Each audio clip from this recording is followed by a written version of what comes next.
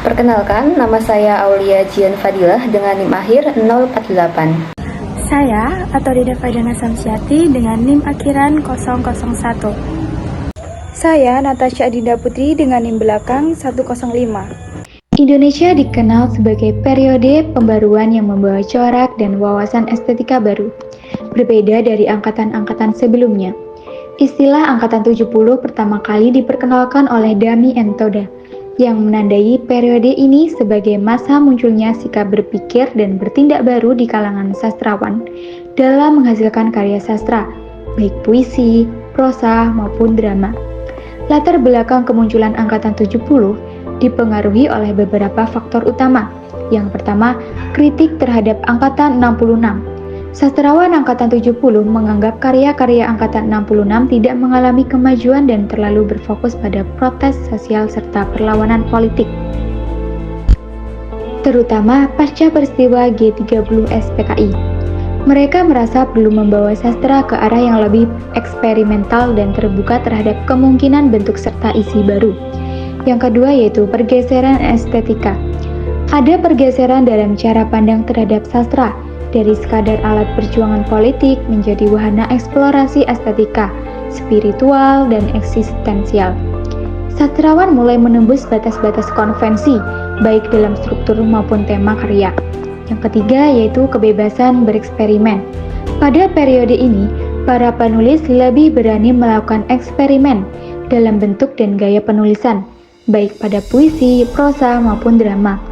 Mereka mengeksplorasi teknik baru seperti puisi mantra, puisi konkret, gaya absurd, serta penggunaan bahasa daerah dan simbolisme yang kuat. Angkatan 70 lahir sebagai respons terhadap stagnasi dan politisasi sastra pada periode sebelumnya. Dengan menonjolkan kebebasan berekspresi, keberanian bereksperimen, serta pembaruan dalam bentuk dan tema karya sastra. Periode ini menjadi tonggak penting dalam sejarah sastra Indonesia karena membuka jalan bagi perkembangan sastra modern yang lebih plural, kreatif, dan dinamis. Selanjutnya adalah ciri-ciri karya sastra angkatan 70-an yang membedakan dengan angkatan lainnya. Ciri-ciri pertama yaitu penggunaan bahasa yang lebih ekspresif dan eksperimental.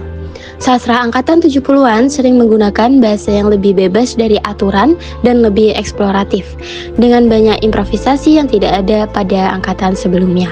Ciri-ciri yang kedua yaitu penggunaan bahasa daerah. Beberapa sastrawan angkatan 70-an menggunakan bahasa daerah sebagai bentuk ungkapan yang unik dan ekspresif, yang dapat memperkaya karya sastra. Ciri-ciri yang ketiga yaitu penggunaan bahasa konotasi. Sastra angkatan 70-an juga menggunakan bahasa konotasi yang kuat untuk menghindari kritik dari pemerintah Orde Baru. Ciri-ciri yang terakhir yaitu kritik sosial dan politik. Karya-karya angkatan 70-an sering berisi kritik terhadap pemerintah Orde Baru, baik itu secara langsung maupun itu secara tersirat, karena mereka merasa tertekan dengan kebijakan politik saat itu. Tokoh sastra angkatan 70 yang pertama ada Sutarji Kalzum Bahri. Ia adalah tokoh sentral dalam puisi angkatan 70. Sutarji menggebrak dunia sastra dengan kredo puisinya yang membebaskan kata dari makna konvensional. Ia menganggap kata bukanlah sekedar alat menyampaikan ide, tetapi makhluk hidup yang bebas menari. Beberapa buku puisinya yang terkenal antara lain adalah O Amuk Kapak. Tokoh kedua adalah Danarto. Danarto membawa cerpen Indonesia ke dimensi yang spiritual dan surrealis. Ceritanya yang sekadar alur, tetapi pengalaman batin yang transenden.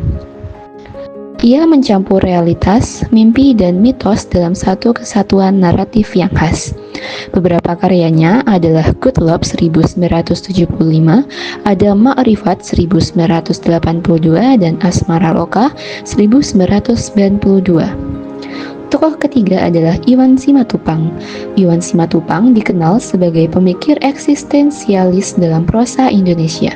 Ia menulis dengan gaya reflektif, filosofis, dan menyajikan tokoh-tokoh yang gelisah, sepi, dan terus-menerus bertanya tentang hidup. Beberapa karyanya berjudul Ziarah 1969 dan Merahnya Merah 1968. Tokoh yang keempat adalah Putu Wijaya. Putu Wijaya merupakan penulis yang memiliki keterampilan lengkap. Selain ia mampu menulis dengan baik di bidang prosa, ia juga mampu menulis dengan baik di bidang lainnya. Tercatat, ia telah menulis 30 novel, kurang lebih 1000 cerpen, dan 40 naskah drama. Karya penting diantaranya adalah Telegram tahun 1973. Tokoh yang kelima adalah Abdul Hadi. Abdul Hadi menyalurkan spiritualitas dan filsafat timur ke dalam puisi-puisinya. Ia tidak hanya menulis tetapi juga menjadi jembatan antara dunia Islam, tasawuf, dan modernisme sastra Indonesia. Karya-karyanya antara lain adalah Tergantung Pada Angin 1979 dan Meditasi 1975. Pada dekade 1970-an, Orde Baru tengah menguatkan hegemoninya dengan menekankan stabilitas politik dan pertumbuhan ekonomi. Dalam suasana ini, ruang publik dikendalikan, termasuk wacana sastra. Dunia sastra didominasi oleh laki-laki, baik dari segi produksi, kritik, maupun penerbitan. Penulis perempuan aktif, tetapi mendapatkan ruang yang sangat terbatas dalam kritik sastra dan antologi resmi. Penulis perempuan terpinggirkan dalam wacana sastra Indonesia tahun 1970-an karena berbagai faktor. Pertama, dominasi karya sastra laki-laki. Pemaparan persoalan gender dalam karya sastra sangat dipengaruhi oleh kondisi masyarakat dan masa karya sastra diciptakan. Selain itu juga dipengaruhi nilai budaya tentang gender itu sendiri. Sebagaimana dikemukakan oleh Thieu bahwa sastra tidak dapat lahir dalam kekosongan budaya. Pada umumnya, gender yang ada pada karya sastra di Indonesia sebagian besar didominasi terpusat pada laki-laki. Pada konteks ini, laki-laki sebagai pihak yang senantiasa berada pada posisi yang superior daripada perempuan. Hal itu jika yang dimaksud gender adalah suatu sifat yang melekat pada kaum laki-laki maupun perempuan yang dikonstruksi secara sosial maupun kultural. Misalnya, bahwa perempuan itu dikenal lemah lembut, centil emosional atau keibuan, sedangkan laki-laki dianggap kuat, rasional, jantan, dan perkasa. Dengan kata lain, persoalan gender bukan sebagai hal yang kodrati tetapi lebih dipengaruhi oleh kesadaran komunal yang sudah mengakar dalam rangka memberi atribut pada laki-laki maupun pada perempuan. Faktor yang kedua adalah kurangnya perhatian kritikus terhadap karya mereka. Pada tahun 1970-an, kritik sastra di Indonesia belum memberikan ruang yang setara bagi penulis perempuan. Sebagian besar kritikus pada masa itu adalah laki-laki, dan cara mereka membaca karya perempuan kerap dipengaruhi oleh prasangka budaya dan norma gender. Ketika seseorang penulis perempuan menulis tentang tubuh, relasi pribadi, atau rumah tangga, karyanya sering kali dipandang tidak lebih dari curahan perasaan atau catatan harian yang sentimental. Ia tidak dibaca dengan cara yang sama seperti ketika penulis laki-laki menulis tema serupa. Karya-karya seperti milik Toti Herti yang syarat akan simbol dan refleksi filsafat jarang dianalisis secara mendalam. Puisinya dianggap terlalu sulit, terlalu akademik, dan karena itu dijauhkan dari wacana populer. Begitu pula dengan N. Hadini yang menulis tentang perempuan yang mencoba berdiri di atas kakinya sendiri. Karyanya kerap dikurung dalam label roman perempuan, sebuah kategori yang membuatnya seakan tidak sejajar dengan penulis besar lainnya. Kritikus pada masa itu jarang menggunakan pendekatan teoritis yang bisa membedah kedalaman psikologis dan sosial dari pengalaman perempuan yang tertulis dalam karya. Mereka tidak membaca secara struktural, politis, atau simbolik. Mereka membaca secara normatif. Dan ketika pembacaan dilakukan dengan cara seperti itu, maka suara perempuan pun kembali dibungkam. Kali ini bukan oleh sensor negara, tapi oleh cara berpikir yang belum terbuka. Faktor Faktor yang ketiga yaitu adanya batasan dalam ruang publik.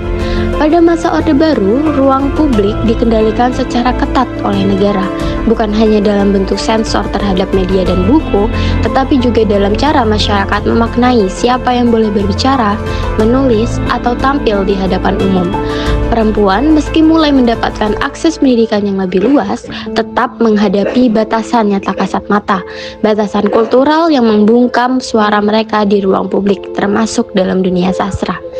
Penulis perempuan yang ingin mengungkapkan pengalaman pribadi, tubuh, atau penderitaan batin seringkali dianggap keluar jalur. Di masyarakat yang menjunjung tinggi norma kepatutan dan perang domestik perempuan, keberanian untuk menulis secara terbuka dianggap tidak pantas.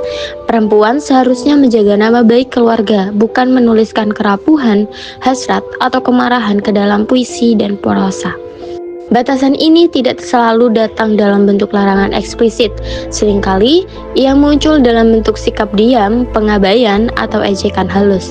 Perempuan yang menulis kerap kali merasa terasing, bukan hanya karena sedikitnya representasi di media, tetapi juga karena tidak adanya ruang aman untuk berdiskusi, membacakan karya, atau menerima kritik yang adil.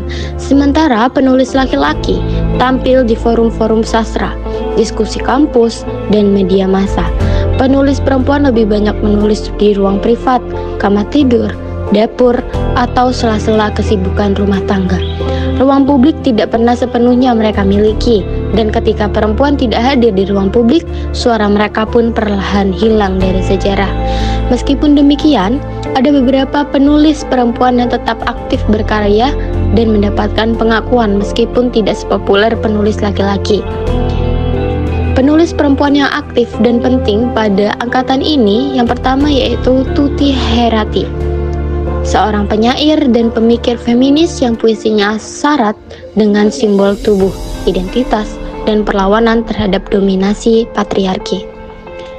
Puisinya dianggap sulit dan tidak masuk ke dalam arus utama karena memakai gaya simbolik dan filosofis.